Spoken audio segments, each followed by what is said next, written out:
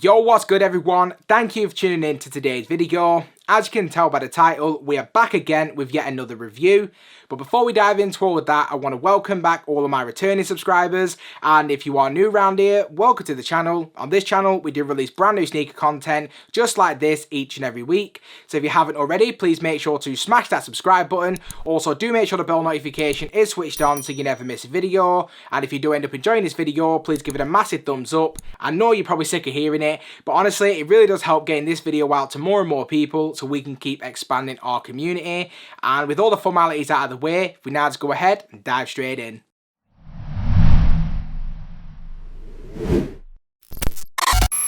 So before we dive in, just like we always do, let's just take a quick look at the shoebox. Now, if you can see it, because all the lights in here are pretty bright and this is an all white box, hopefully you will be able to see the details. So across the top, we do have the Nike by You branding, and then in the bottom left hand corner, we do have that little Nike swoosh as well. Hopefully the camera will focus for me. And then if we do just take a quick look at the label, which reads Nike by Aiden, which is me, and this is a UK size 9 as it is a personal pair. And then if we just pull out the pull-out drawer, because it is a pull-out drawer for those that don't know, on the inside we do have this really nice tissue paper, and that pretty much just shows you all the different shoes that you can actually customize using the Nike by You. Now, I will leave a link in my description area below to Nike by You in case any of you guys aren't actually familiar with it. But for those of you that don't know, this particular shoe that I'm actually reviewing today only actually drops every couple of months on the Nike website. So what I will do is anytime it drops, I'll be posting it on my community tab. So do make sure you are subscribed to the channel so you don't miss out. And with everything said and done, if we now just go ahead and dive straight into the shoes. So the moment we've all been waiting for, here it is. We have the Nike Dunk by You, or by me in this case. Get a good look at it. As you can probably tell, this colorway is definitely heavily influenced by the LA Lakers. And first impressions, I'm honestly really impressed with it. I actually haven't spent much time with the shoe, to be completely honest. I've actually been putting this review off. I've had so many other videos that I had to concentrate on. So unfortunately, I just haven't really had the opportunity to take these out of the box and fully appreciate them, because I wanted to really go through everything with you guys on camera so you guys can see my complete unfiltered opinions on it. So before we actually dive into the review side of things, just to address the elephant in the room, how did I manage to get this shoe completely for free from Nike? It came as a complete surprise to me, but I don't think I'm the only person that's experienced what I'm about to tell you guys. So just as a quick rundown, I ordered my Nike by You on the 20th of May, as you'll be able to see on the screenshot, and the expected delivery date for this shoe was the 30th of June. Fast forward 6 days and I started to get UPS notifications telling me that this shoe was actually going to be delivered the following day. Every day that then passed, I'd get a brand new email saying that the shoe was going to be delivered, and then a few hours later that the shoe had been delayed. So I think after about a week or so, I contacted UPS to find out what was going on. They honestly weren't helpful to me at all.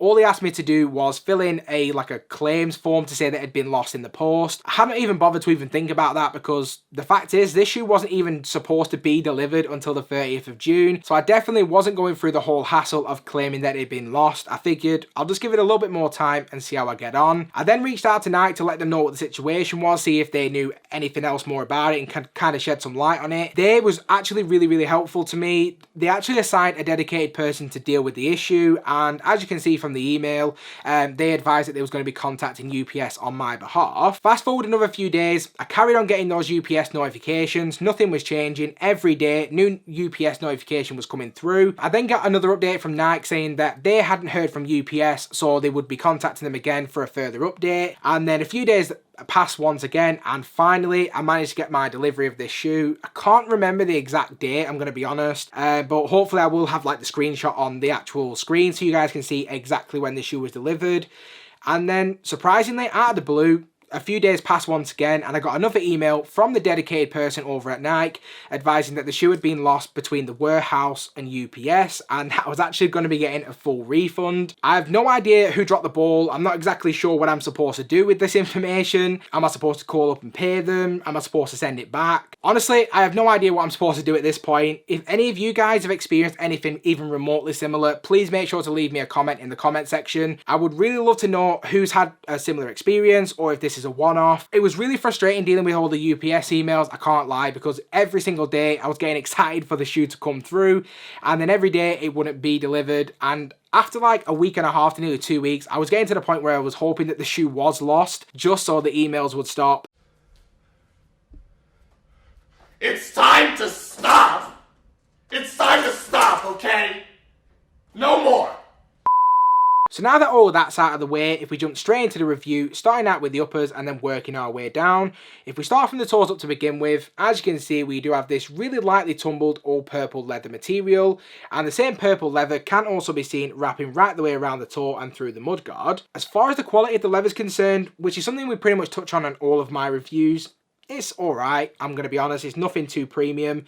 A lot of people actually describe this type of leather as pleather, plasticky leather, and it definitely has that feel. It feels okay, it's pretty smooth, has a pretty nice texture to it, but overall, I think once you actually break this in, it's going to crease very quickly. So if you're not bothered by that and you're happy with the shoe creasing, absolutely fine. If you want to avoid those creases, you can use crease defenders. I personally don't use them as much as I used to, and I found that, you know, when I started to actually just break the shoes in and let them crease, I kind of actually preferred how they looked as well. Now, when it comes to the leather quality, I take no issue with it, honestly, because I kind of knew what I was getting myself into. The only thing that really is letting this shoe down for me, now I have it in hand, is the fact that I wasn't able to design the colour of just the toe box rather than the entire front third of the shoe. Because as we move on to the midfoot, as you can see, we do have this all black leather material, which once again is actually lightly tumbled. If I could have had that exact same colour and leather on the toe box, this shoe would have looked 10 times better. I get why they do it, I get the fact that they can't actually just allow us to create whatever shoe we want, but when it comes to this, I just think it would have looked a lot better, but it kind of is what it is. Now, I know certain people in the comments might be saying that you can tape it up and paint it yourself. There's no way in hell I'm going to let loose on this shoe with any paintbrushes, so I'm going to just have to let it be. If any of you guys are customizers and you do want to take a whack at it and you do live, you know, locally to me, I would love to see somebody actually paint this black for me and actually make this shoe look so much better. So do make sure to reach out in the comments if you could actually sort this out. Kushti. But if we then just continue to work our way back through the midfoot, as you can see, we do have this university gold coloured Nike swoosh, and this can be seen on both the lateral and medial sides. On the overlays as well as the eye stays, once again, it's just more of the same in terms of what we've seen already on the toe box. We do have that lightly tumbled purple leather material. Now the same leather can also be seen as we wrap round into the heel, and at the top portion of the heel, we do have more yellow leather at the very top, and embroidered into this leather, we do have that Nike branding. But if we then just work our way back to the front of the shoe, now in the centre we do have these university gold laces to match up with the Nike swoosh, and the laces themselves do sit atop this really nicely padded black nylon tongue. Now I'm not sure if it's just me and whether or not I'm going crazy, but honestly it feels much more padded than a standard dunk. Not necessarily as padded as an SB, but in comparison to some of the other dunks that we've reviewed on this channel, to me at least, it just feels a lot more padded, which I've got no complaints with. And then if we work our way up the laces to the top of the tongue, we do have that black Nike branding on this white patch. But if we then just work our way inside the shoe, now the entire sock liner is purple to match the majority of the upper. And just like what I said about the tongue being a little bit more padded than a standard dunk low, the sock liner does feel a little bit more padded as well. Not exactly sure if that is the case for everybody or if it's just me going crazy, but honestly this definitely feels a lot more padded than a standard dunk low. Feels really nice on feet as well, so zero complaints there. And then moving even further inside the shoe, as you can see, we do have a primarily black insole with the white Nike branding. If we then just work our way down to the midsole, as you can see, we do have a primarily white midsole, and switching to the outsole of the shoe, as you can see, we just have that classic all black outsole. So when it does come to the overall sizing for this shoe, I would highly suggest that you just go with your natural true to size fit. In the past I have gone a half size down, and although I was looking for a bit more of a narrower fit in those shoes, the more I've worn them, the more I've regretted it. So when it came to these, I just went back to a size 9, as I do feel like that just fits me the best. So when it does come to sizing, if you do just go with your natural true to size fit, I think that that will definitely be the best outcome for you. And other than that, I think we've just about wrapped up everything that's worth covering on this shoe. So if we now just go ahead and wrap up the video. So normally this would be the stage in the video where I would give you guys my overall opinion on the shoe itself and actually give the shoe a rating. Since I came up with the colorway myself, it's pretty much impossible for me to remain impartial. So I'm throwing it over to you guys. What rating do you think I should give them? What do you think of the overall colorway? Do make sure to leave me a comment in the comment section below. If you have stuck around to this point in the video, I do want to say a massive thank you. If you haven't already, please make sure to smash that subscribe button. Also, do make sure the bell notification is switched on so you never miss a video. On your way out, if you could give this video a massive thumbs up, once again, it is truly appreciated. And I hope to see you all again in the next one.